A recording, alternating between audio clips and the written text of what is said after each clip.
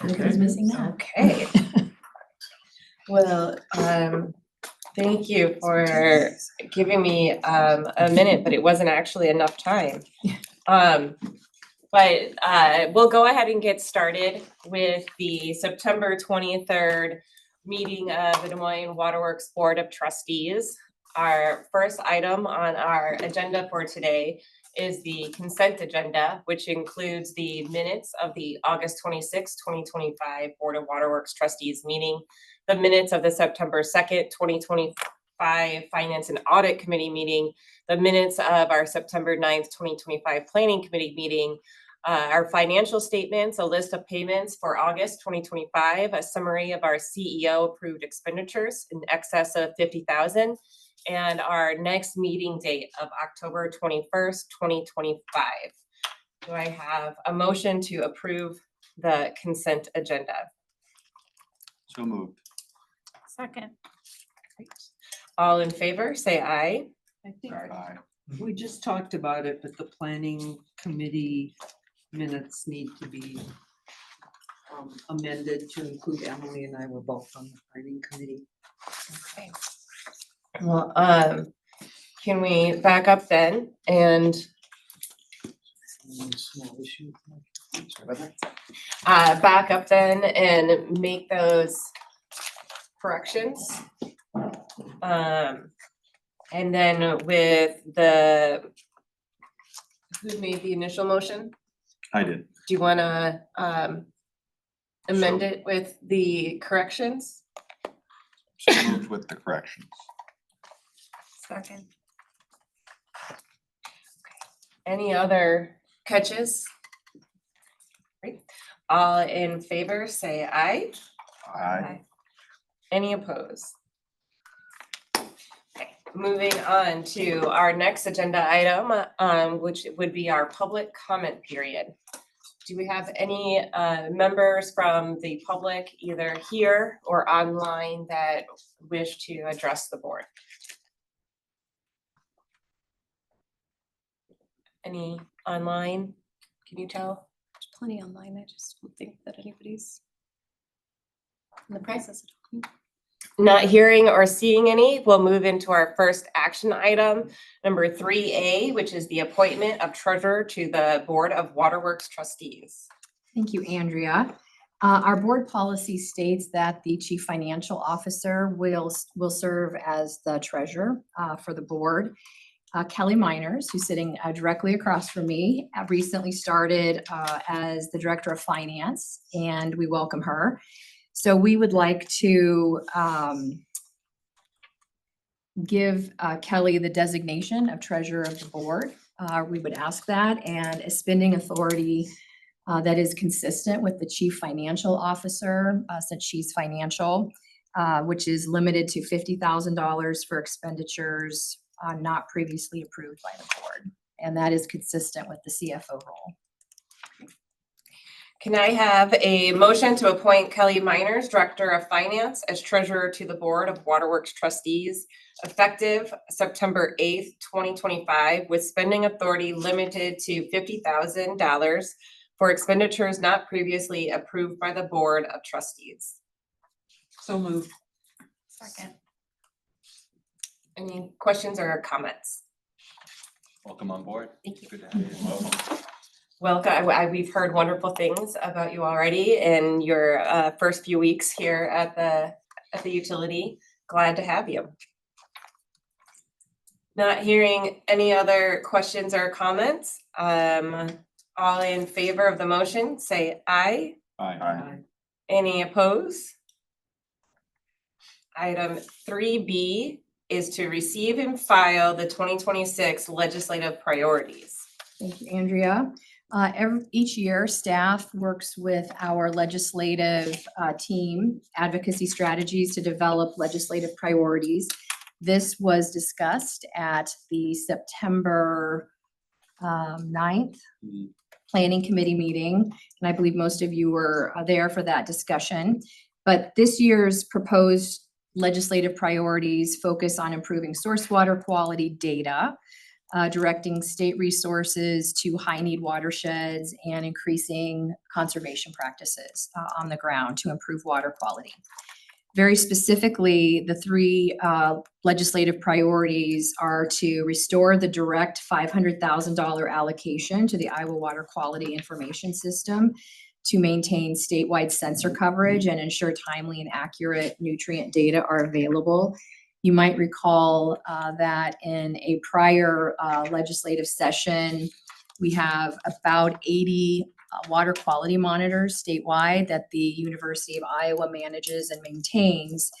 And funding was taken away or removed for 75% of those monitors. It's $500,000, so to the state, not a great investment. And we think that continuing all of those water quality monitors is important, so we know where we have problems, we can collect the data, and as improvement is made, which we all hope it is, we are able to share that progress and tell the story. So that is one priority. We'd also like to prioritize water quality initiative funding for surface drinking water source watersheds affected by nitrate concentrations, which would include the Des Moines and the Raccoon Rivers. So we're basically asking that funding be distributed in a way that considers the data, where that funding will have the greatest benefit and impact. Basically, the funding should follow the problem. And thirdly, fund additional conservation agronomists and coordinators to accelerate the adoption of practices to improve water quality. We hear from the farmers that we speak to when we're in the field, and also from IDAL staff, that the agronomists or the watershed coordinators on the ground are really important in building relationships with the farmers and getting them to put practices in the ground. But a lot of the agronomists are either short-term because they are grant funded, or they do not receive benefits, and so they don't stay long. And so we believe there needs to be some stability upstream so that we can get more practices in. We've also identified several different partnerships and legislative initiatives that are also detailed there. We are, in terms of the legislative session, prepared for several defensive positions as well. Several of the bills that we've seen in prior years related to potential utility rate increases, potential dissolution of board-governed water utilities by a council vote. Mobile home submetering comes up nearly every year, and broader water quality discussions. A new proposal that we are hearing may land at the legislature this year relates to lawn watering restrictions as well. So we'll be watchful for those types of discussions.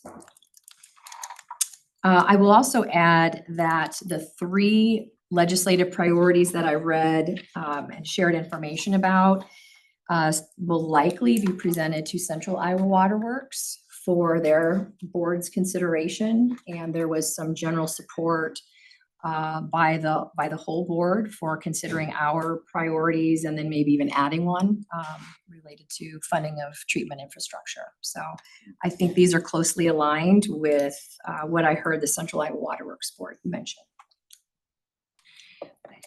We need a motion to receive and file the 2026 state legislative priorities. Move. Second. I know that many of us, if not all of us, were on that planning committee meeting and had many of our questions asked and answered there, but any new ones? I guess one of my questions would be, as we learn other partners' legislative priorities, what is the process for determining whether or not we make those our priorities, or are we locked in? And those are just considered a supportive role, something that we might file in favor for with our lobbyists. In terms of the three that I If we read, go beyond the three, if our partners identify So, additional like- ones that sound good to us. so Central Iowa Water Works, for example, if they identify another one, it would probably be my intent, if I feel like the board would consider it part of our mission as well, bring that back next month for an amendment to our priorities for discussion and consideration. Any other questions or comments? Great. All in favor to receive and file the 2026 state legislative priorities, say aye.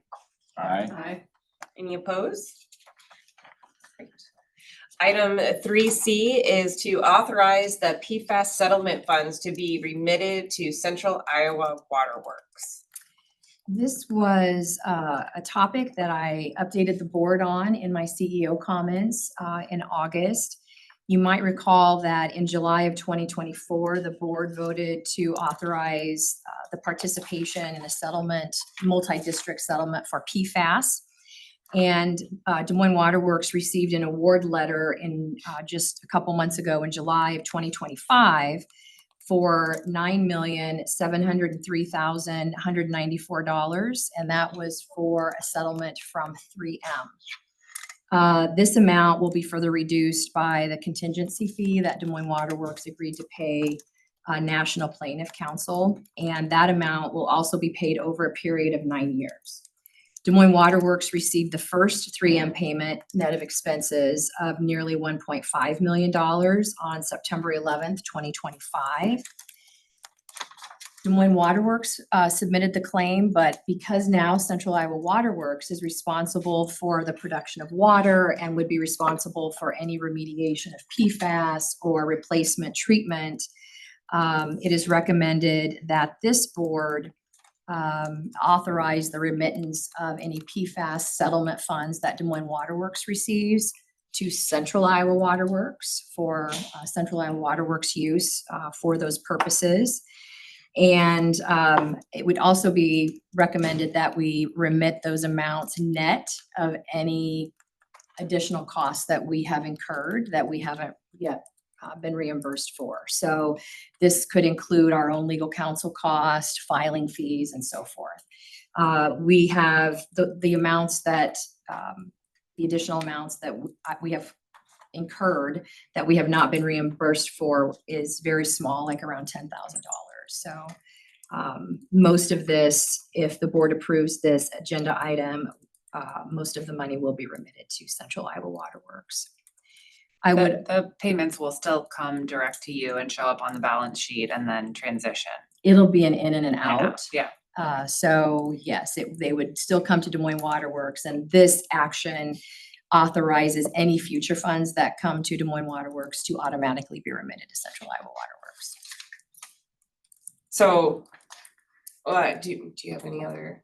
I would just also mention that the way that the recommended action is written is that we would be asking Central Iowa Waterworks to set aside a board designated fund so that those PFAS funds would be there specifically for PFAS remediation and not used for other purposes, for example, so that we have the funds. And because they would be held by Central Iowa Waterworks, those funds could really be used for any water producing member for remediation. So I want to be clear, it wouldn't just necessarily be PFAS remediation at Des Moines Waterworks facilities. It could be any remediation cost incurred by Central Iowa Waterworks at any of its plants. West Des Moines Waterworks, last I knew, the board had not yet discussed this, but the intent of their general manager is also to present a similar action to their board. With that then, let's get a motion to authorize staff to remit all PFAS settlements to Central Iowa Waterworks as funds are received, net of the reimbursement to Des Moines Waterworks for actual costs paid for PFAS remediation, analysis, or litigation, with funds to be placed in a Central Iowa Waterworks board designated account and utilized to offset PFAS remediation costs as specified by the Central Iowa Waterworks Technical Committee. So moved. Second. Any other questions or comments? Yeah, I have a question about I understand the transfer of these funds. Talk to me about the part of the recommended action that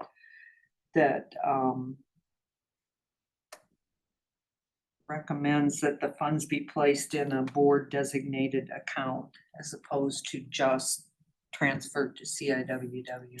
I think it's important that the funds be used for PFAS remediation. And so the intent of that language is to ensure that the funds aren't used for salary or communications, that they would actually be used for costs related to treatment remediation. I'm sorry.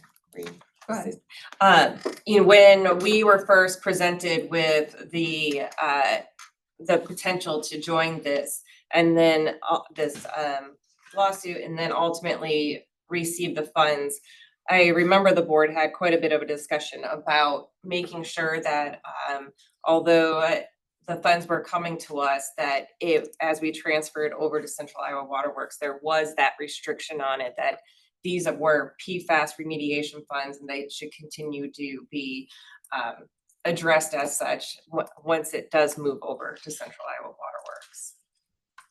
The only question I have, I mean, I would think that Central Iowa Waterworks has an obligation to remediate PFAS without specifically designating an account. The only thing I think about is, having an account and then it's sitting there when they already have that responsibility to do that remediation. A board designated fund is different than a restricted fund. A restricted fund is very tightly restricted.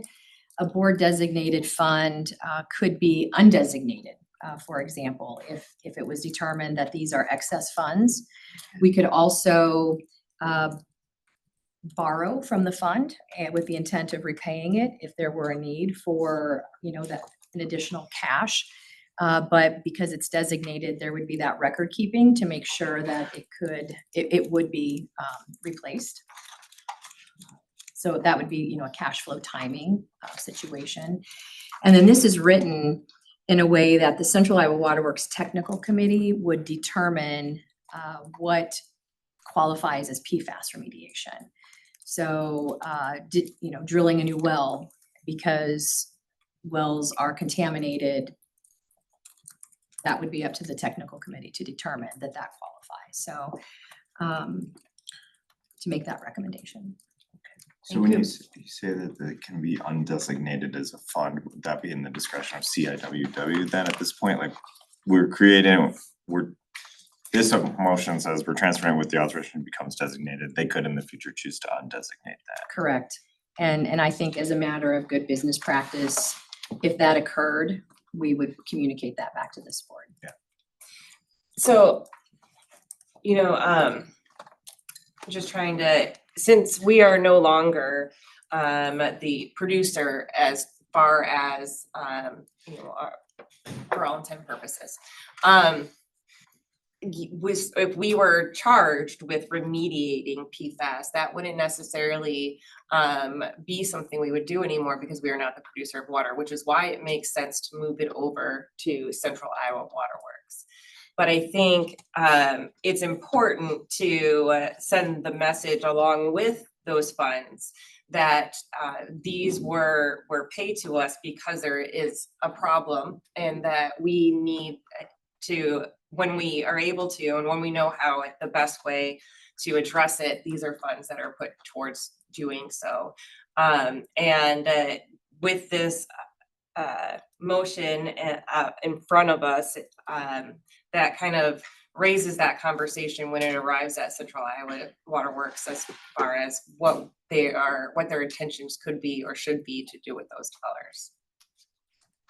Have there been conversations with the city of West Des Moines about this? Because I know they got 3 million-ish. Are they going to plan to do the same thing and giving?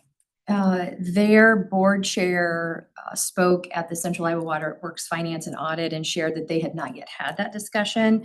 But my counterpart at the West Des Moines Waterworks has said that she plans to have that conversation. Okay. And I think it's likely. Okay.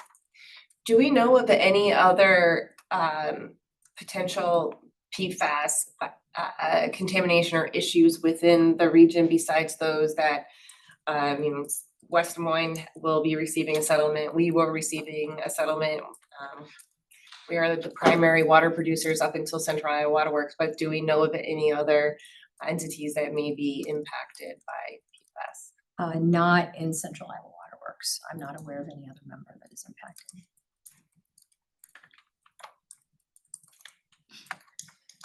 Well, we have a motion and a second before us. Any other questions or comments? All right, then all in favor, say aye. Aye. Any opposed? Moving on to item 3D is a public hearing for Vero Fiber Networks communication easement at the Des Moines Waterworks Floor Drive campus. I will begin by opening the public hearing and ask for comments from the public regarding the granting of a communication easement to Vero Fiber Networks LLC across Waterworks Real Estate. We have received no written or oral comments. Okay, and nobody joining us online jumping to make a comment. Without hearing any comments, then I will close the hearing and look for a motion then to authorize the board chairperson and CEO and general manager to execute the easement document granting a permanent communication easement to Vero Fiber Networks LLC at the Des Moines Waterworks Floor Drive campus once all terms and conditions are suitably met by Des Moines Waterworks staff and legal counsel. So moved. Second. Any further discussion on this item? Yes, I would love you to make comment and explain this. I will offer for the recording that this information has come before us in a previous meeting, which is why the board may not have many questions or comments, but it would be great to have you speak to it before we vote. Yes, well, as we all know, as we drive around through the city, there is a lot of fiber that is being laid. Vero Fiber Networks is installing fiber optic communications infrastructure near our Fluor Drive campus. And they require an easement that is just a little over a half acre. And that area is described in the attached documents. This easement will allow Vero to do everything that they need to do, which is construct, operate, inspect, maintain their communication facilities. What makes this interesting is that Des Moines Waterworks, even though the easement is granted to Vero, we have asked Vero to assist us with getting our own fiber across the river and across the railroad tracks. And so there is some exchange of services here. So we will make a net payment of $6,088 to Vero Fiber Networks for construction services valued at $8,588.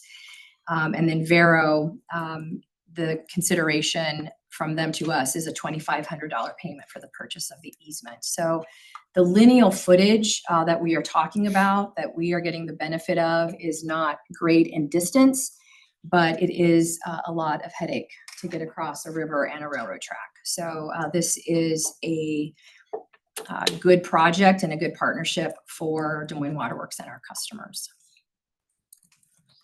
Courtney, what do you mean by our own fiber? What's the use of that fiber? We are interested in getting fiber because of changes that the city of Des Moines has made to the armory, to a point just outside of the armory. And so we need to relay fiber, and the first arm or the first leg is to take it from our Fluor campus, north of the river, north of the railroad tracks, almost to the Woodland, I think would be a good mile marker for you. And then we plan to cut across east so that we can connect with the city's fiber network outside of the armory. Okay. So this is just the start of that work. Thank you. Any other discussion? All right, with the motion on the table and a second and additional information provided, All in favor of approving to execute the easement document, granting a permanent communication easement to Bureau Fiber Networks, say aye. Aye. Any opposed? Thank you. Moving on to 3E, which is the 2025 Maffett Residuals East Lagoon cleaning, which is also a public hearing. So I will begin by opening the public hearing and ask Amy whether you've received any written comments. I received no written or oral comments. And are there any online or here in the public that would like to speak to this item? Not seen. With that, I will close the hearing and ask for a motion for adoption of form of contract, plans and specifications and estimated cost. Anybody like to make that motion? So moved. Second. And Amy, if you have an analysis of the bids for us. I do, thank you. The McMullen, No. Before we do that, can we vote on the adoption of the form of contract and then we can move on to the next? Yes. With the motion of the adoption on the table, all in favor say aye. Aye. Any opposed? Sorry, Amy. that's all right. I have, 3 months to get one of these right. You've gotten plenty right. I agree, I never got one right. The McMullen water treatment plant, like Fluor Drive, uses lime softening as part of the treatment process, and that creates a lot of lime residual that is stored and dried in lagoons. And so after drying for approximately 1 year, that material must be removed and moved to an adjacent drying area to be further dried. So this work is for the removal of lime, the transportation, of the residual, the transportation, the installation of approximately 1,100 linear feet of PVC subdrain, and then repair of any site damage. We received several bids, and you can see the bids listed here with quite a variance between the lowest and the highest bid. And I would also mention that this work used to be included in our lime hauler contract. So this is really the first time that we have gone to bid for this type of work. And it was a good move. It was significantly below let me back up. The lowest responsible bidder is Elder Corporation at $617,710. The highest bid is Spring Lake Construction LLC at $1,280,114. And so the engineer's estimate was $980,500.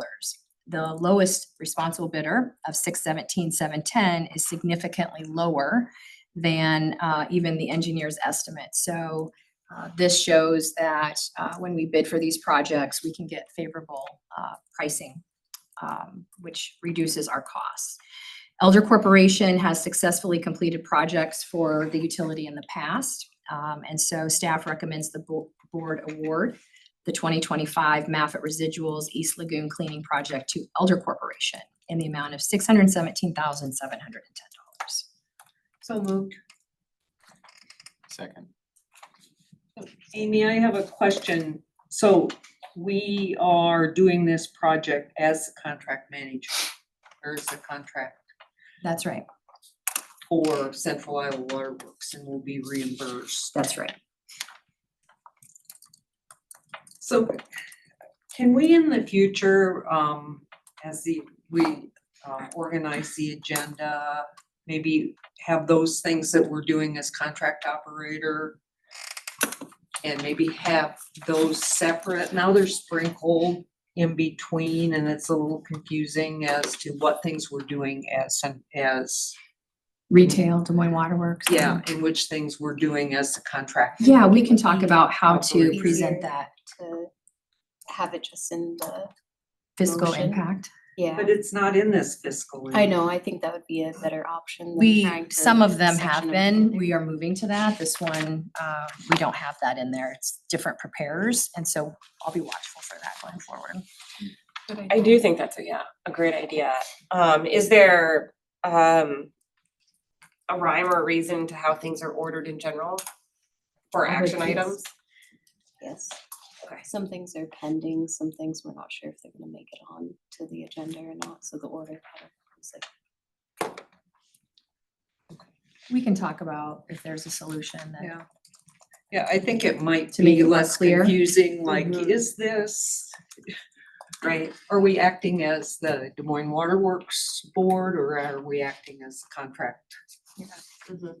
Like, and then you just asked a question that made me wonder, if we're project managing this for Central Iowa Water Works, do they pay for staff to project manage and oversee this work as a C? Yes. Okay. It's part of our contract Okay. operator cost, and so. Okay. Pending, like project to project, it's a percentage or whatever. They would pay 100% of this cost because this is. But then what about staff overseeing said project?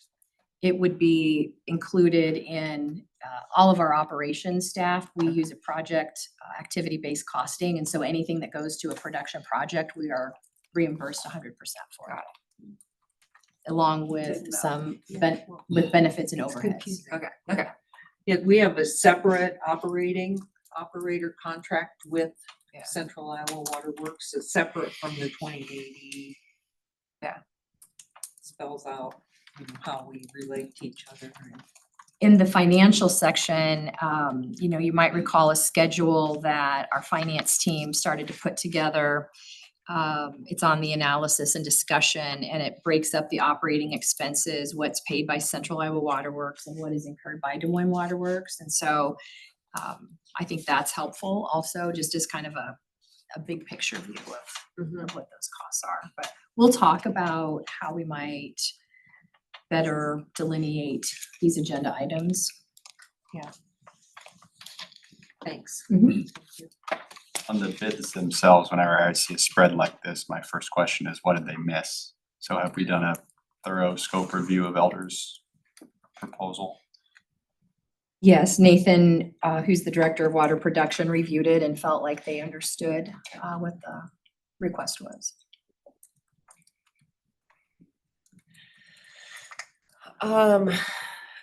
Okay, any other thoughts or questions there?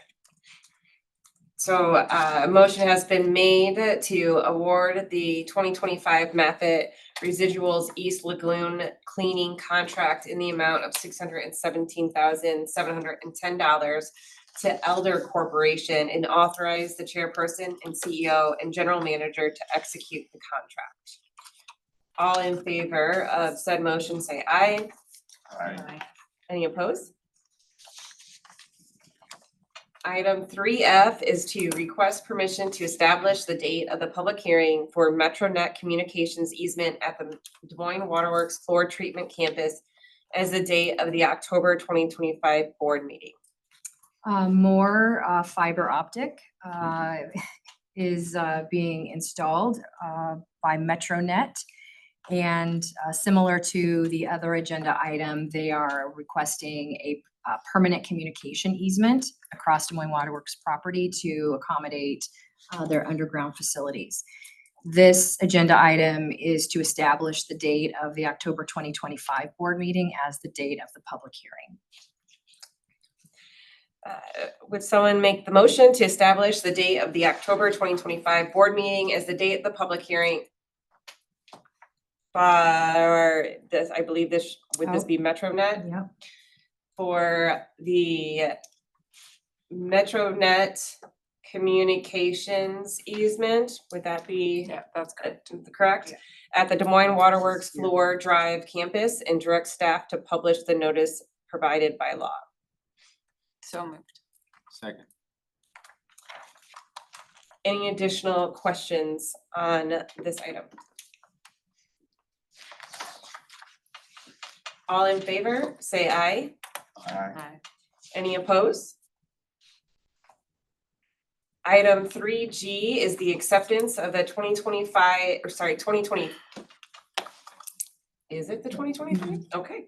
Acceptance of the 2023 Des Moines Water Main Replacement Contract 2. Yes, water main replacement can extend several years between the design and the construction and the completion. So at the February 2024 board meeting, this board awarded a contract to On Track Construction in the amount of $3,469,719 for contract 2. This project included installation of about 7,300 feet of new water main in 6 different locations throughout the city, and those locations are shown on the map attached. All work associated with this contract has been satisfactorily completed. The project did include 8 change orders, all totaling $62,832.73. Just for various field adjustments and additions that were required during construction. So the contract amount is $3,325,612.78, which is about 4% lower than the original contract amount due to changes in quantities. And also, the city of Des Moines will be reimbursing Des Moines Water Works for $82,744 for asphalt resurfacing and curb replacement. So they're projects that were included in this contract. And so Des Moines Water Works will actually pay about $83,000 less than that 3.3 contract price. That will be billed to the city of Des Moines. Great. Can I have a motion to accept the 2023 Des Moines Water Main Replacement Contract 2 project completed by On Track Construction LLC in the amount of $3,325,612.78? So moved. Second.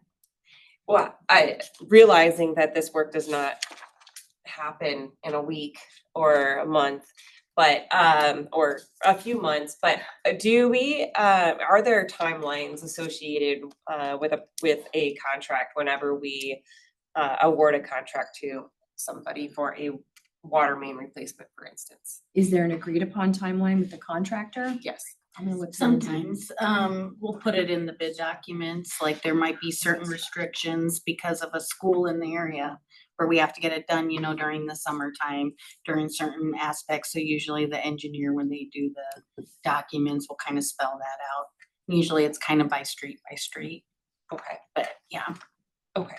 And then typically I would just offer that a lot of the times they'll finish the work maybe in November, but they can't restore until after spring till it warms up. And so Sure. that's why most of this work was done in 24, but then they had to get restoration and things like that cleaned Sure. up. Okay, thank you. Any other questions or thoughts? With that, all in favor to accept the completed project according to the motion, say aye. Aye. Any opposed?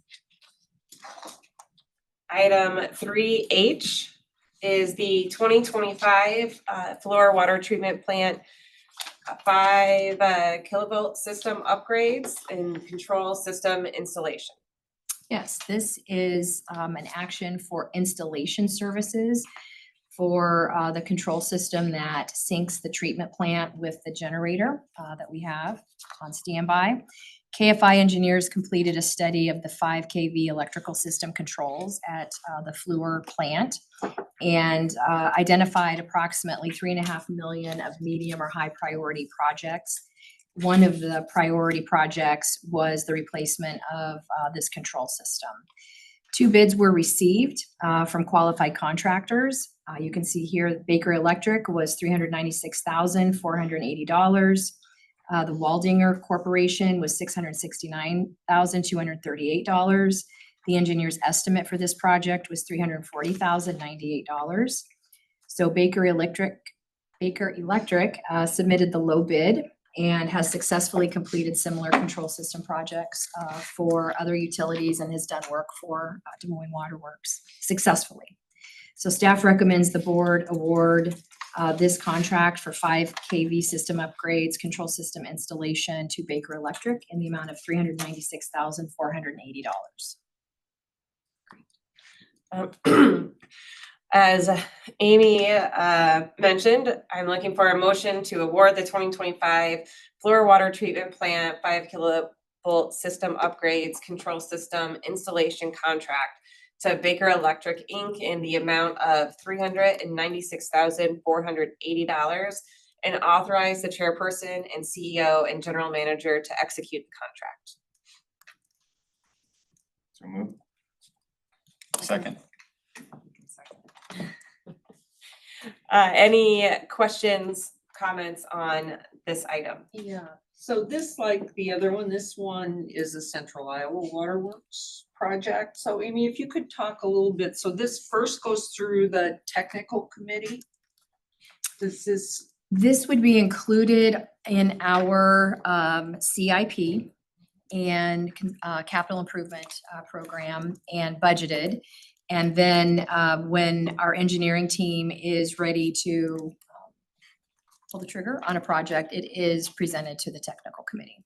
So The technical committee of CIWW. So then they'll look at it, pass on it, then it comes back here and we bid it. I would Is that- say the update to the technical committee is an update. There is no approval Okay. that would occur with that. And that is something that each producer does is they implement upgrades in their facilities. As long as it was in the budget and the capital improvement program, it was vetted, I guess, by the technical committee when it was included in the budget. So we do update though. That's because we annually, not annually, but each capital improvement plan is submitted to CIWW along with our annual budget for That's right. comments at that time. That's right. We do we've started doing a 10-year capital improvement program, but we do update it every year. And then we also do our annual budget operating and capital. So there is an opportunity for CIWW to provide feedback to us as the Yes. operations. Going through the budget process, we do go through those capital projects in more detail. I would offer that we do, like I brought these bids to that technical committee and we'll share the estimate, what the bids were and what our recommendation is going to be to you. There's just no formal vote. Sure. Okay. Any other questions or comments? All in favor of making the award to Baker Electric, say aye. Aye. Any opposed? Okay. This brings us to our next item, 3I, which is to request authorization for CEO and general manager to execute amendment number 3 to the professional services agreement with CDM Smith for the lead service line replacement design and construction services. Thanks, Andrea. You might recall that we have begun our lead service line replacement projects. In June of 2024, we signed a professional services agreement with CDM Smith in the amount of $96,900 for design services to help us prepare a preliminary engineering report, which is required to receive SRF funding, which we are using for this project. We had an amendment to include the development of a self-report survey. That work was done with no additional scope. We had another amendment, I should say it was within the original budget. We had another amendment included in the project scope to develop a quality assurance process for the customer self-reported water service line data. So customers could access an app and tell us with a little bit of instruction on how to determine if they had a lead service line. And so they would self-report whether or not they thought they had a lead service line. And so CDM Smith helped us with all of that. That amendment number 2 was also completed within the original budget.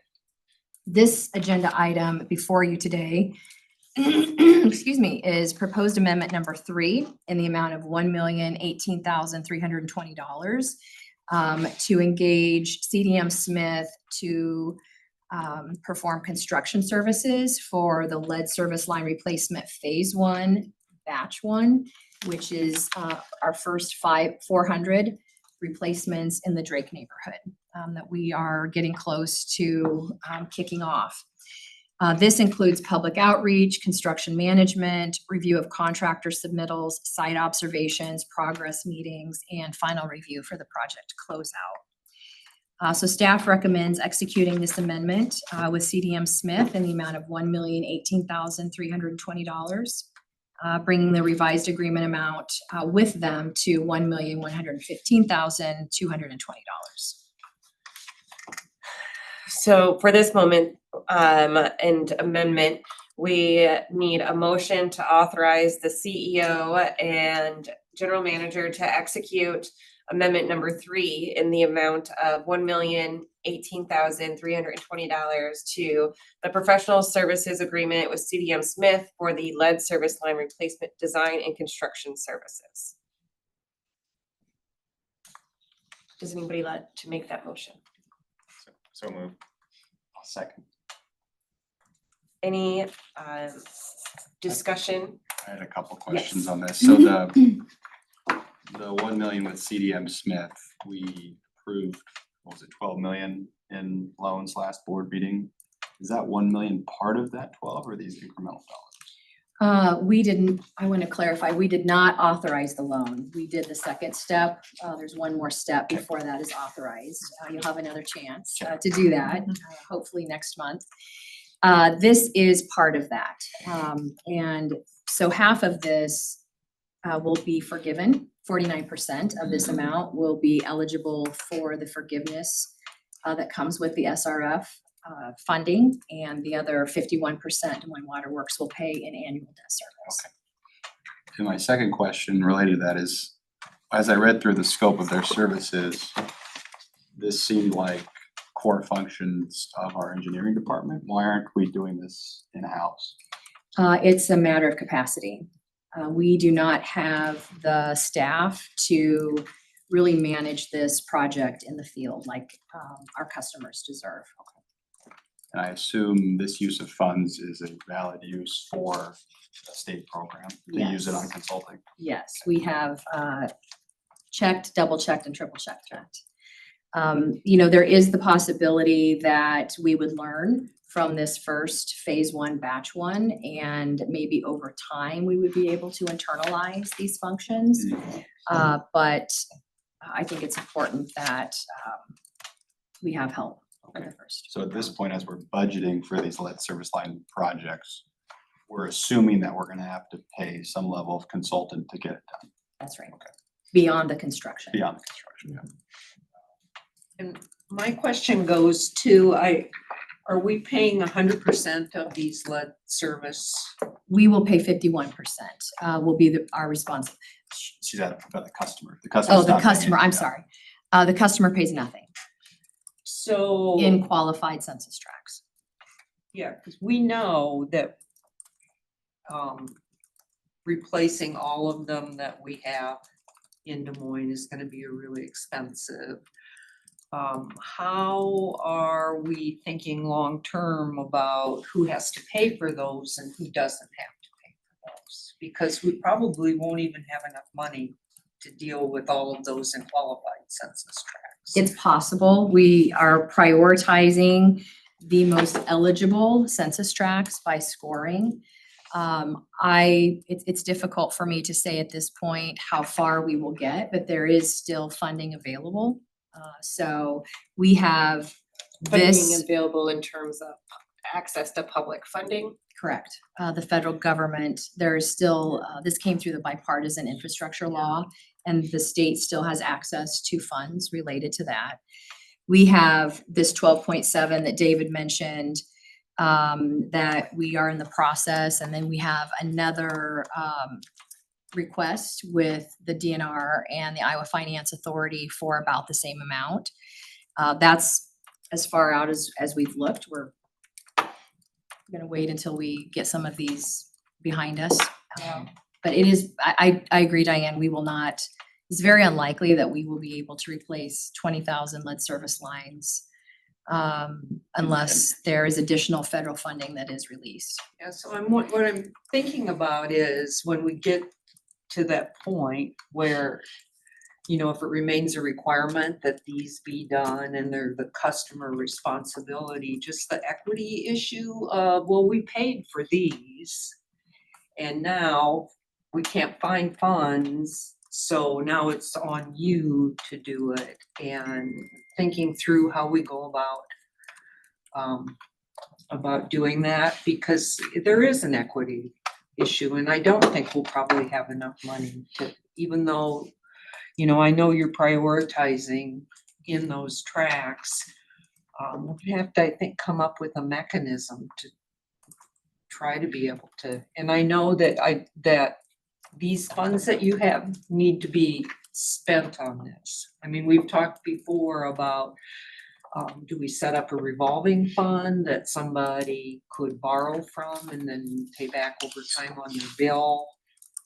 For lead service lines, are there mechanisms like that that would be more equitable? And I know these funds are not available for that kind of thing, so. Right. But I think we need to, if, we have a lot of them, I think we need to long-term say, when we run out of public money, and I think chances are good that we will, to deal with this issue. What are we thinking? Right. I have two additional comments related to that. And the first is, as we really finalize our inventory, I think that will help finalize our numbers. We talk in round numbers about 20,000. I'm hopeful it's less than that. And so, you know, as we continue to refine that, then the more we'll know. And we continue, the second point is we continue to advocate at the federal level for more lead service line funding. I think that that's really important, not just to Des Moines Water Works, but to other utilities throughout the state and even the nation. Many states within the nation provide state funding, and we have not yet seen that by this state, but that, as we've talked before, is something that we asked for last year. And the feedback that we received was, well, the rule hasn't even started. You're not even really required yet. And so talk to us when it's a requirement. And so we will probably become more aggressive with that request beginning in 2027. And last year, the legislation was passed that requires disclosure. And At property transfer. And that will probably be helpful in that It people will. may include it in the purchase price to get that fixed. That's right. At time of transfer, so. So some private Yeah, replacement will exactly. occur. What, and how do we receive that information? Or do we? What information? The disclosure at, We do not receive that information. It would be between the buyer and the seller. We actually tell the property owner whether or not we think they have a lead service I line, see. so we already know that it. actually doesn't help us undercover any new, okay, gotcha. I will say, though, that our home serve contract that we approved, I think it was at the last meeting, they will be providing us with information about what they find in the field, so that will be helpful to us. Who within our offices, the Des Moines Water Works utility, is really managing this program? Zog? He's doing a great job. I mean, I guess I ask because, you know, with the questions that have come up about, you know, is this something that we can take in-house? This is gonna cost a great deal of money, you know, thinking, you know, about it in the future, how we're going to afford to address all these lead service lines, knowing that there's someone who's actually analyzing each of these projects to see what, you know, where it makes sense to perhaps build out a waterworks, you know, what pieces could be picked off and taken internally, what pieces could be, where the cost savings may be by looking at, you know, the consultant's work and seeing either items that are already projects that are already happening in the area that could be incorporated. I clearly am not a subject matter expert in this, but the point is that there is somebody who is dedicated to looking at all of these pieces and seeing where we can improve and better this program as we move into the future. Yes, and I think that Mike has been leading, the charge with the consultants and really has done the heavy lifting. However, we do have a cross-functional lead service line team that considers distribution, communications, and this is not the first proposal we got from CDM Smith. As an example, when we got the first proposal, we said, oh, we can do some of this public relations and some of this customer outreach and communications to save some dollars. So we are looking at it very closely for what can we do internally to try to keep it as lean as possible. So with all the questions we've had here, Amy, maybe it would make sense to use one of our committee meetings since we have new people and kind of go through the requirement and where it is and when we anticipate it will be finalized and whose responsibility it is, and, some of those things. So, Okay. Administration, how we're approaching it. Yeah. Okay. I mean, 'cause even like you said, that outreach and communications pieces of it, I have no doubt that I remember hearing the first go around and all the different ways we were trying to engage with the neighborhoods to get people to raise their hand and volunteer for that first pilot. But are there other community partners that we could contract for a lower cost to do that outreach for us, or something along those lines? I know you guys have put a lot of thought into this, but I think that makes sense to have a committee meeting to kind of evaluate that again. Yeah, I would just offer, CDM Smith has done a lot of these contracts nationally, which is one of the things that really spoke to us. They had a lot of experience. The public relations piece is a fairly, in relation to the other pieces, a fairly small piece of what is before you. We're really leaning on them for that construction management, reviewing the contractor, working in the field with the contractor. So we'd be happy to provide an update at a committee meeting. Yeah, and maybe go over the findings we had from that Riverbend project. I think we found out a lot of things like landlord issues with doing this and some distrust of people coming. I do have, Things like that. I'm sorry, I do have queued up and for CEO comments, an update on the Drake neighborhood outreach, and it is positive. So we did learn from the pilot project and did adjust, and so I'll be sharing some of those things. Anything else? You may remember that we have a motion to authorize the CEO and general manager to execute amendment number 3 with CDM Smith. All in favor, say aye. Aye. Any opposed? Item 3J is the acceptance of the 2023 lead water service line replacement contract. Same topic, different phase. This relates to the pilot project that we were just referencing. We awarded a contract to Torgerson Excavating in the amount of $1,389,300 for that 2023 lead water service line replacement project that we have been referring to as our pilot. Our goal was to replace 100 lead water service lines, and we replaced 87. It took a lot of outreach. It took more time. We even expanded the neighborhood footprint. We started in Riverbend and expanded to King Irving. And the replacements, again, just like the project that we just talked about, are at no cost to our customers. We are doing this through state revolving fund loans, about half of which are forgiven by the federal government. This pilot project work has been completed to our satisfaction. The project included 4 change orders totaling $900. And so the final contract price is $1,070,750.13. It is lower than the original contract because we did fewer replacements. So can I have a motion to accept the 2023 lead water service line replacement project completed by Torgensen Excavating Inc. in the amount of $1,070,750.13. So moved. Second.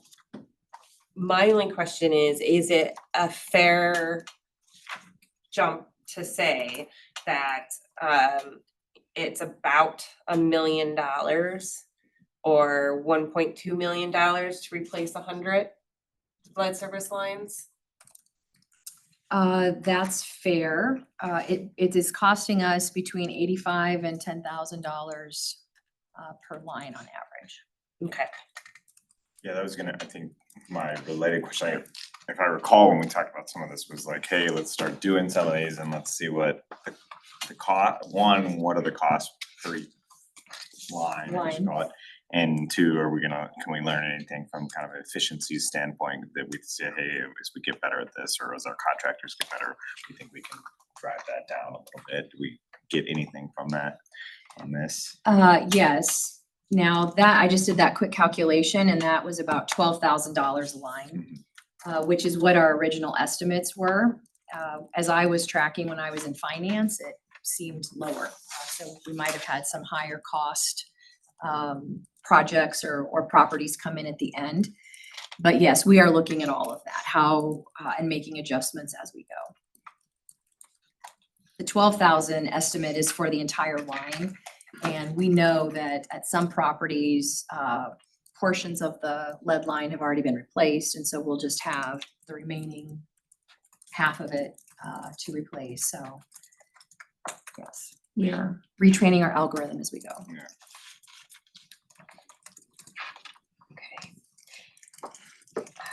If there are no more questions or comments, all in favor to accept the motion on the table, say aye.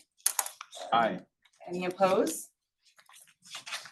Item 3K is to request authorization to reimburse the city of Des Moines for water main replacement included in Gray's Station roadway improvements at Southwest 16th Street and Tuttle Street. So this is another example of a project where Des Moines Waterworks and the city of Des Moines sometimes go together on a project or a contract to save money for both organizations. The city of Des Moines awarded the Gray Station roadway improvements at Southwest 16th and Tuttle Street recently to Riley Construction in the amount of $4.9 million roughly. This includes roadway improvements in the Gray Station development. They are changing the grade of that area in preparation for the work that will be done there, the soccer stadium. And so the city is changing the grade. So as part of this project, we are taking advantage of work being done, and we are able to do work that we have identified at a lower cost by participating in the city's contract. And so we are looking to replace about 1,100 lineal feet of an existing 24-inch water main that currently runs through that area, which, to orient you, is known as the Dyko Superfund site. As I mentioned earlier, performing this work reduces the cost of our water main improvements. So this work will begin in 2025 and continue through 2026. The cost of Des Moines Waterworks portion of this project is fixed at $690,000.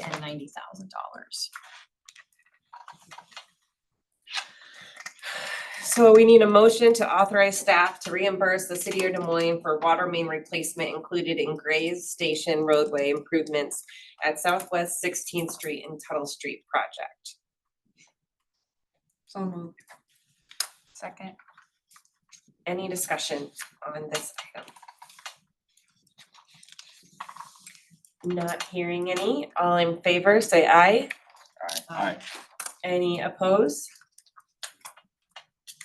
Our last action item is the proposed 2026 water rates, establish a public hearing as the date of the October 2025 board meeting. All right, every October, staff recommends water rates for approval by the board. We are not required by Iowa law to have a public hearing, and as a general practice in the past, we have not held a public hearing for water rates. But we did last year because we changed the rate structure, the rate design, and so we wanted to ensure that we were providing customers an opportunity to comment on that. You might recall we changed from a declining water rate structure to an inclining water rate structure for residential customers. We only changed the residential structure last year because capacity. It was a lot of data to slog through, and so we broke it apart. This year, we will be making a recommendation, very, very likely to change some component of the water rate structure for commercial and or industrial customers. And so we are really recommending the same approach here because the rate design is being evaluated, that we establish a date for public hearing to allow for public input for the 2026 water rates, including potential changes to the water rate structure. Okay, so we need a motion to establish the date. The public hearing is the date of the October 2025 board meeting to act on the approval of the 2026 water rates and direct staff to publish notice as set forth in the board policy manual. Any questions about setting the date of the public hearing?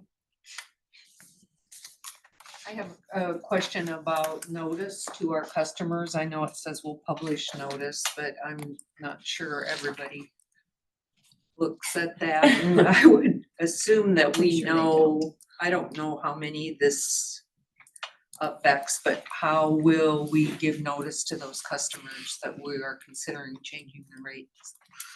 There Or are about designed so that they can participate. 7,000 commercial and industrial customers, so far less than Yeah. residential. You know, I think last year we did an email launch to customers, and so that's certainly something available to us. We can use a message statement or a statement message also. So we would look at using similar methodologies as we used last year. Do we have time to do that and still have the public hearing in October? I think so, yeah. That's great. I think we emails need don't take- more than the published notice. If Okay. we're gonna do this, it's gonna change. For some of them, yes. And so again, as you mentioned, commercial and or industrial class users, we're talking businesses that are irrigating lawn, those big users. Right. We know that we will be recommending that they pay differently for irrigation. And it will be the same rate, frankly, that a residential customer pays for irrigation. I think there's an irrigation rate. But there could be other rate structure changes that are recommended. For example, commercial customers are also on a declining rate structure. We are still working through what those recommendations will be, but it's possible it will be more than just irrigation, or it could just be that we're recommending the irrigation, the lawn watering change. Okay. Any other questions or comments? Maybe for the board will there be any additional prep items provided before the October meeting to prepare us for the public hearing? We will talk about these items, which include budget, rates, our cost of service study that informs our rate recommendations in our finance and audit committee meeting. So I would encourage you, or any board member who wishes to kind of dive in, to attend that. If that's okay. Yep. Okay. We have a motion to establish the date of the public hearing for next month. All in favor, say aye. Aye. Any opposed? And that concludes our action items, and we're moving into our information items, with the first up being our board committee reports.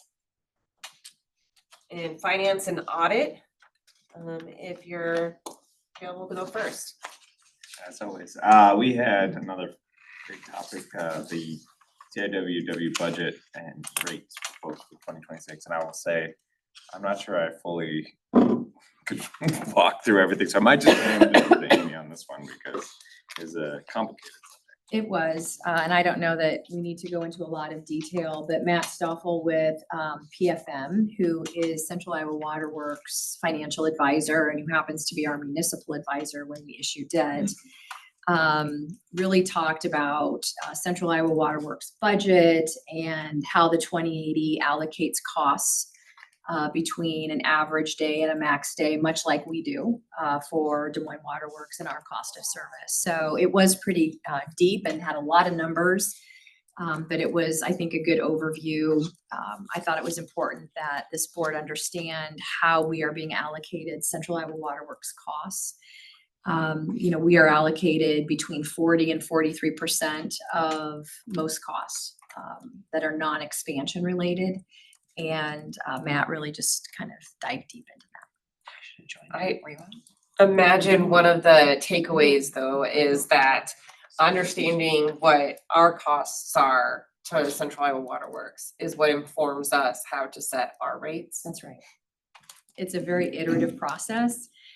We provide our budget to Central Iowa Water Works so that they can determine their water rate, and then they provide their budget back to us so that we can, I'll call it, polish our budget. We still, we at that point have a really good handle on it, but we can make some final adjustments.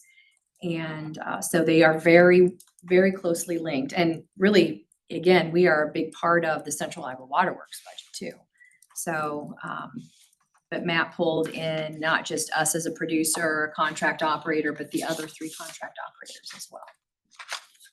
So at this point, do we know what our wholesale rates are gonna be for 26? We do. Okay. Yes.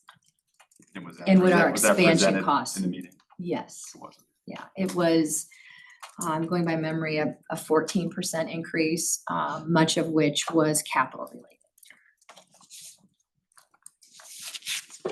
And then we had our planning committee meeting.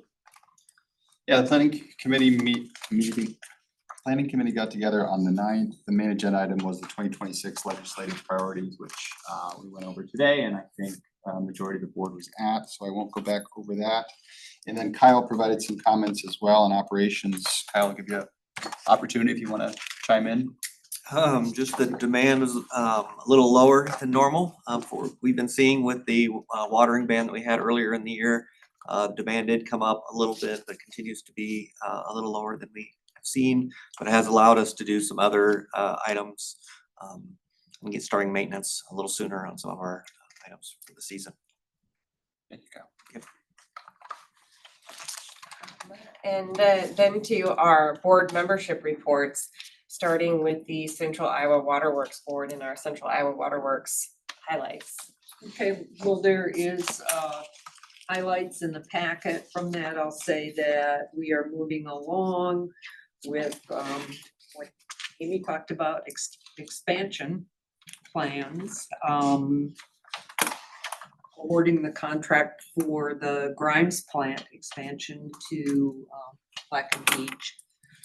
So again, we continue to move. We understand that we will need additional capacity and are moving on a couple of fronts there. One of the things that's being done is an after event review following the watering ban. I think that there are a lot of meetings planned, a lot of feedback opportunities. It came on us fairly quickly, and I think we know that we can do better. So we're really putting the time into digging into that and thinking, do we need to amend the water shortage plan that's in the 2080? got a lot of information from the event. So I think it'll give us a lot of opportunity to do a better job and make it smoother next year. You know, understanding all of the things. I know that Tammy has been looking at the event and trying to figure out where we had an opportunity to do things better. We do things when we ordered the band, we didn't have the information nor the data to try to figure out how to do it in a more finely tuned way. It was everybody, and we know that the demand fell by 30% when we did that. So, you know, some of the question, and this may probably gonna be a long-term thing, how can we do a better job? Because when we don't sell water, we don't make money either. And we want to be able to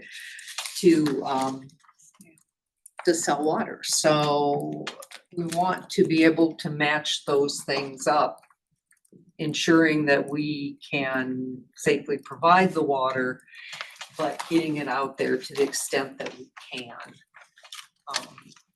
You know, we made some allowances along the way. Sod farmers is a good example, understanding the big impact to their business and trying to come up with a way that we could help them to continue. But keeping an eye on what that would mean for demand there. So when we get through the after event evaluation, hope that everybody will get to take a look at that. This will probably be a continuing thing with the data that we've received. Is there any question about that piece of it before I go on to?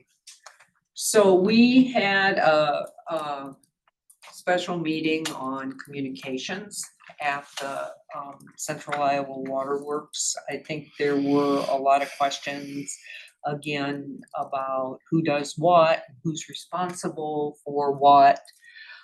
Some of the things we've been talking about here. Now we do that as a contract operator. We do this as the distribution utility, working through those things, not just that kind of communication, you know, who speaks on behalf of who, what kind of coordination needs to take place. And we had a couple-hour meeting. I think it was a really very positive meeting. I don't think it's the last one that we'll have. We talked about legislative, again, you know, legislative responsibilities, who speaks for Central Iowa Water Works on water quality issues. We talked about those things. We will be hiring a legislative liaison. We completed the executive committee, completed the interviews last Friday, and I think the board delegated that to the executive committee, so a choice will be made here very shortly.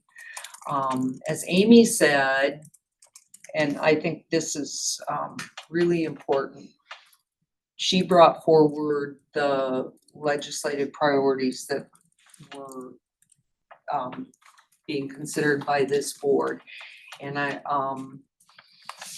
a process was set in place that anyone else who wants to bring forth any legislative priorities will be given an opportunity to do that.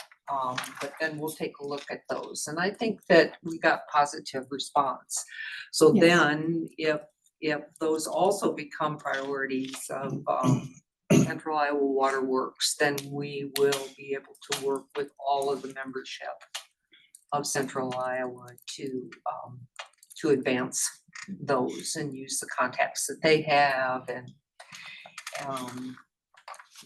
so I think that's really a good outcome of that.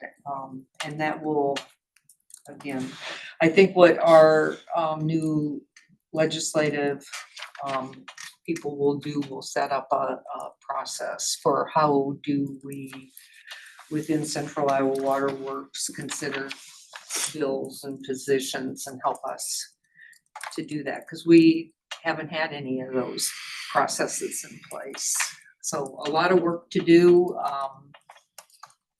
and we do it as fast as we can. I just finished writing a water usage, a grant for the Google money that's available. So we'll submit that by the end of the month. It will come through the water usage committee, and I think what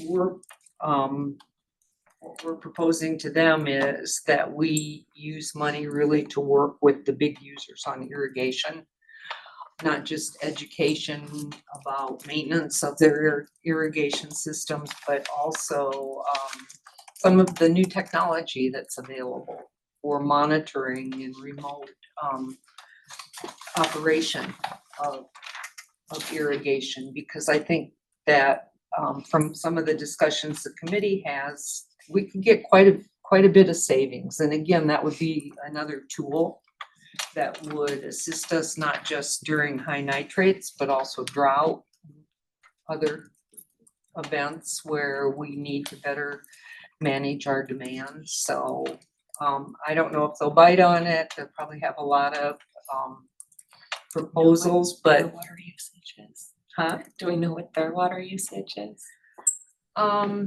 You know, I think that one thing that they don't have any facilities in this area. Their facilities are in Cedar Rapids and Council Bluffs. I was surprised when I was writing the grant, I can remember this number, but 76 of the state's 100 and can't remember exactly what the number is. But a large proportion of the data centers within the state of Iowa are located in central Iowa. But Google is not one of I them. think I was mixing up Google and Microsoft. Yeah. They are in Cedar Rapids and Council Bluffs in that area. So, any questions about what's going on at Central Iowa Water? Are they hiring a staff person for the legislative liaison, or they're No. interviewing lobbyists? It will be a contract lobbyist.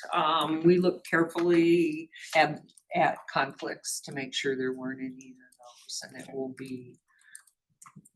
will be someone who's multi-client.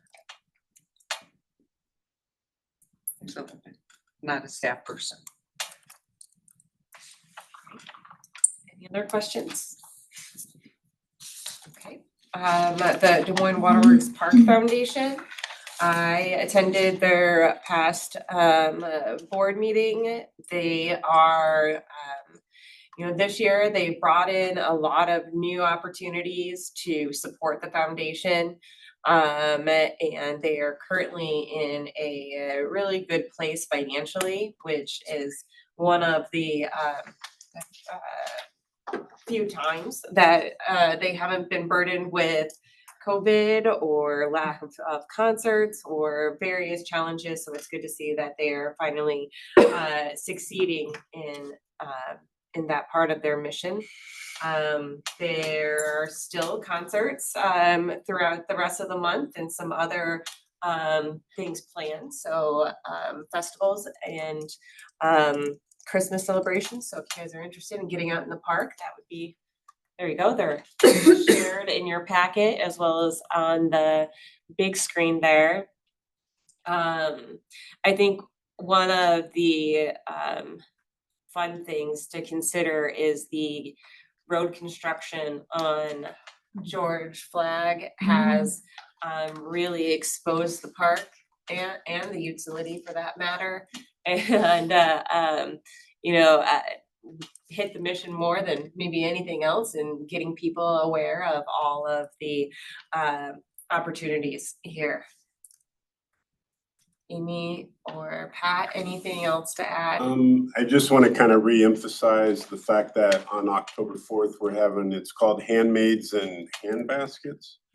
And harvested handmaids. And it's a craft show that's gonna be in the, out at the amphitheater, and it's expecting a lot of vendors and really looking for a lot of participation, so spread the word if you can on that. October 4th. Thank you Good job, for Pat. that. Yes, thank you. When is that road construction gonna be done? Pardon? November, November? is that? Levy, Asking for a friend. it's, I think they're a little behind on the schedule, and so you'll probably see it being nearly complete, but then they have to order the gate, which then has to be assembled and then Installed. installed, Yeah. so it'll be. Your friend doesn't love enjoying through the picture, driving through the picturesque. Friend might be part. me. And then I'm also curious, I saw in these meeting minutes, is Mammoth Productions, the one out of Kansas City, are they thinking of bringing entertainment to the park?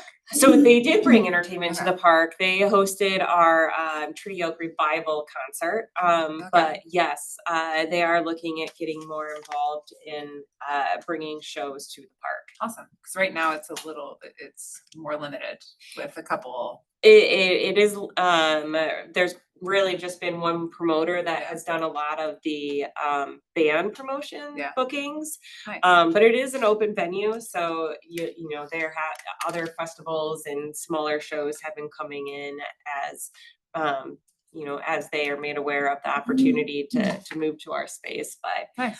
yeah, definitely trying to get more Yeah. shows in. I was trying to find the event for you. This is not it. I'll send it to you. It's gonna be very October cool. 4th. It is the Valley. Valley Junction. The other, it's Valley Junction, Oh, it there's a is. shop there that kind of does something. Yeah, it's just the Valley Junction show that happens on a regular basis is bringing it to Des Moines Waterworks Nice. on that date. So it'll be a lot of those vendors and then expanded even further with a combination of vendors that the Park Foundation's bringing in and some folks that are coming in for this special events. But there be food trucks and some chicken Chicken bingo bingo. and pumpkin picking and family friendly. Nice. Love it. I've heard so much about it. I can't believe I blinked on all the details. Thank you, Pat, for being there. Amy, you were also there if you have anything to add. I'm not gonna top chicken bingo, so. I'm All right. There are any other questions? The floor is yours then with the CEO and general manager's comments. Thank you. I have two comments. One, the first one relates to energy management. I think all of you know, we've shared during committee meetings and so forth that Des Moines Waterworks has had a rigorous energy management program for a number of years. And in fact, we were the first water utility in the nation to be ISO 50001 certified. And so it's something that we hold with great pride. We received word very similarly recently that this general office building has earned the EPA's Energy Star designation.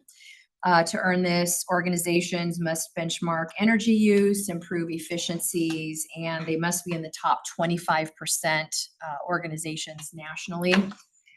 We earned a score of 79, which is within that top 25%. So we perform better than most organizations. So a lot of work here in this general office has been lighting and window replacement we've done within the last year or so. So our energy management initiative continues to be strong. I will take this opportunity to say that we have relied on a previous employee, now contractor, now consultant, Doug Oscarson, to lead those efforts along with an employee energy management team. And together, you know, they've done this great work and have focused on these results. Beginning in 2026, engineering has hired an engineer recently by the name of Mitch Amundsen. Is he here?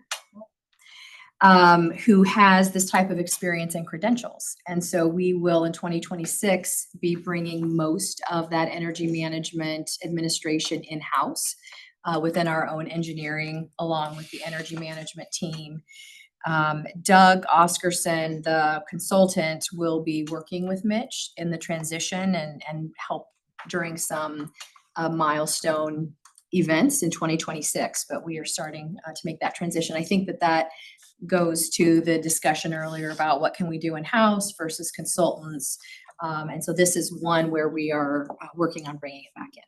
So we're excited for the skill set Mitch brings. I hope we can do a challenge to the other CIWW treatment facilities to bring some of those practices to those facilities. I think that's great. also. Yes. The second item relates to more of the lead service line project that we talked about issuing that amendment with CDM Smith. So we are getting ready, or we've started the outreach anyway in the Drake neighborhood. We call this our phase 1, batch 1. It's the phase 1 is 1,000 service lines in the Drake neighborhood. We're targeting 400. So that's why we call it the batch.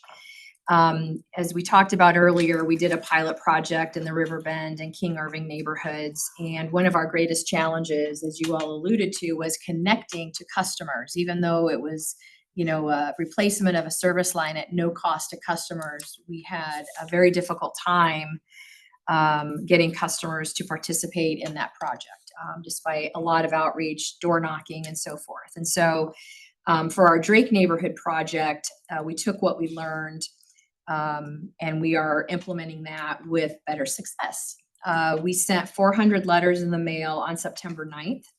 And as of yesterday, which is only 2 weeks later, we've already received about 30% participation, or about 120 customers have returned their agreement and said, we want to participate.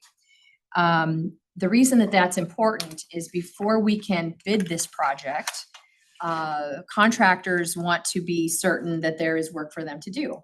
And so we are working, before we even bid it, to have 40% participation rate. So we still have 40 customers to go before we get to that milestone. But I think we can receive that in days. So it's really a better showing than we had in our pilot project. So we're feeling positive about that. There are 60 landlord properties in the area that we're working in, and we know that those are more challenging because we have more outreach to do. We have to get to that owner, not just the tenant, in order to get permission to do the work. So outreach that we've done, our newsletter articles, both ours and the neighborhood associations. You might recall we had a press conference with Congressman Nunn. I believe that was in July. I can't remember what month that was. To announce the project, and then beginning next week, we'll be following up with influencers in that neighborhood, such as churches and businesses. We know there are some Drake connections with the university that can be helpful. Diane, you're in that neighborhood. Are you an influencer? Yes. Reach Yes, out and to I do you. not have a lead ask. service line, so Okay. Well, you can still be an influencer. I'm thinking that a pizza place would be. Oh, yeah. Oh, That- maybe a special lead Yeah. service. Right. Yeah, I think that's a good Yeah. idea. Co-brand that. I would trust my local pizza. We are going to the neighborhood meeting in a couple weeks. One big thing that we learned was we needed a simplified agreement. No offense, John, but it was very legalese and difficult for people to understand. And so we just simplified it a little bit so that people felt more comfortable signing it. And so, we're trying all those things. And frankly, I think maybe even some of the discussion this summer about water quality probably brings water to the forefront. Might be working in our favor. So I hope that the next board meeting we have, we can report that we got to our goal and we can move forward with that project. That's all I have. There's a safety memo in the board packet. It does list 8 and we have 9 injuries. So since this went to print, we have had an additional injury. Not serious. Amy, could we do the voiceover of the financial month in review? We've done that the last couple board meetings and I found it very helpful. Yes. go back to the consent Yes, agenda. I should have caught it then. That's all right. Yes, we have a revenue shortfall of approximately just a little under $3 million. That is the result of a wet summer and also the lawn watering ban. Like I've shared before, it's difficult for me to say which is the effect, how much is the effect of just a wet summer and how much is the effect of the lawn watering ban. They come together. We might make some progress on that, but I don't think we'll probably make a lot. And so one thing that Kelly's team is doing is looking at both operating and capital expenses. We know we have some savings in both of those buckets that will likely offset this revenue shortfall. But we'll need to decide whether we, cut some capital projects or most likely the recommendation would be to take a little bit out of our reserves, which, we do have reserves for this reason. We budget for an average year. And so by definition of average, sometimes you're going to be below that and sometimes you're going to be higher than that. Connection fees also lag budget estimates and prior years. And really, we're just not seeing the number of connections that we've had in the past. This year, we increased fees. I have not heard complaints about the connection fees. Our fees were incredibly low, too low. And so we have increased those and we'll again propose another increase this year so that they are more aligned with the cost of expansions and the cost of service, which we know expansions are expensive. The good news is that our investment income has remained strong, and so that will offset very likely those connection fees. The only other thing that I might point out as interesting, on the balance sheet, there is a new line item called accounts receivable from CIWW. This relates to the funds that Des Moines Water Works will be receiving. Keep going, Caitlin. Sorry. No, that's all right. It doesn't have a page number. 21 on the PDF. Okay, thank you. That's the asset purchase. It's actually this page right here is the accounts receivable from CIWW, about halfway down that screen, 76 million. That is money that CIWW owes us for capital reimbursements and the money that we will receive through asset transfer. In prior months, that was grouped in the accounts receivable, which is what our customers owe us. And we felt like that kind of clogged things up. So we split it out here. David, I think you were mentioning the capacity in CIWW, which is the next page. We do have an asset, a capital asset capacity in CIWW after the asset transfer of about $81 million. So that is a line item as well. That is new to our financials. When you talk about potentially pulling from the reserve, what are you trying to get to? A cash flow. So we budget to spend essentially all of our revenues. And so if our revenues are budgeted higher, assuming that our expenses come in the same, then we may need to use a small amount of reserves on a cash basis. In reality, I won't say a lot, some of the capital projects are delayed or the spending didn't occur maybe as quickly as we thought. And so from a cash flow perspective, yeah, we're okay. Yeah. So, within this agenda, we saw cost savings with our sludge removal of compared to the estimated cost of a couple $100,000. We saw a project being completed under budget. All of that cost savings, I realize in a normal situation would be applied to the next project or that, continuing to do the work within that budget line item.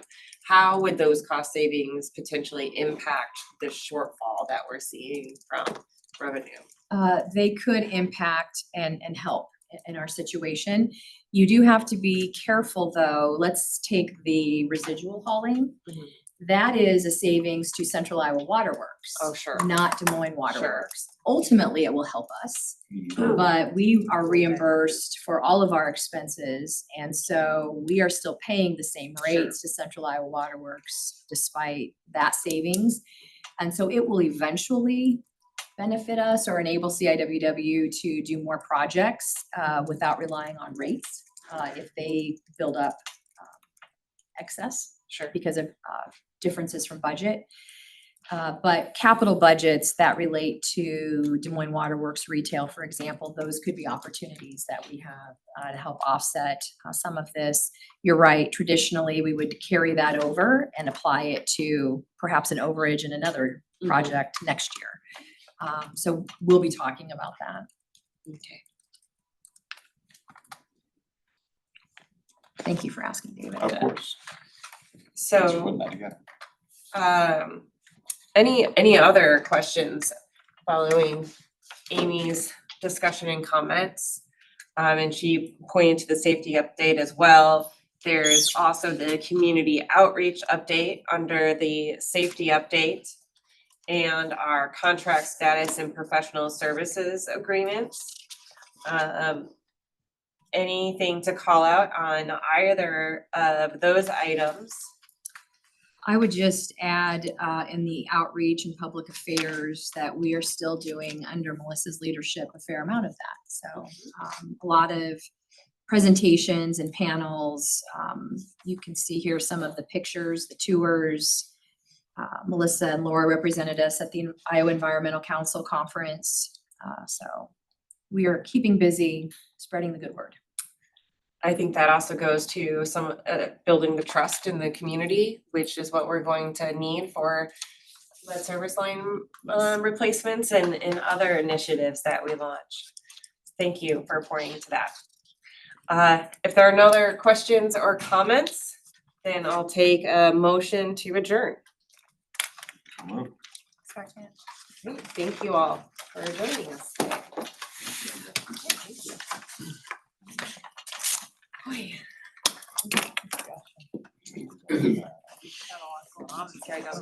Got my, oh, I got it there. They just got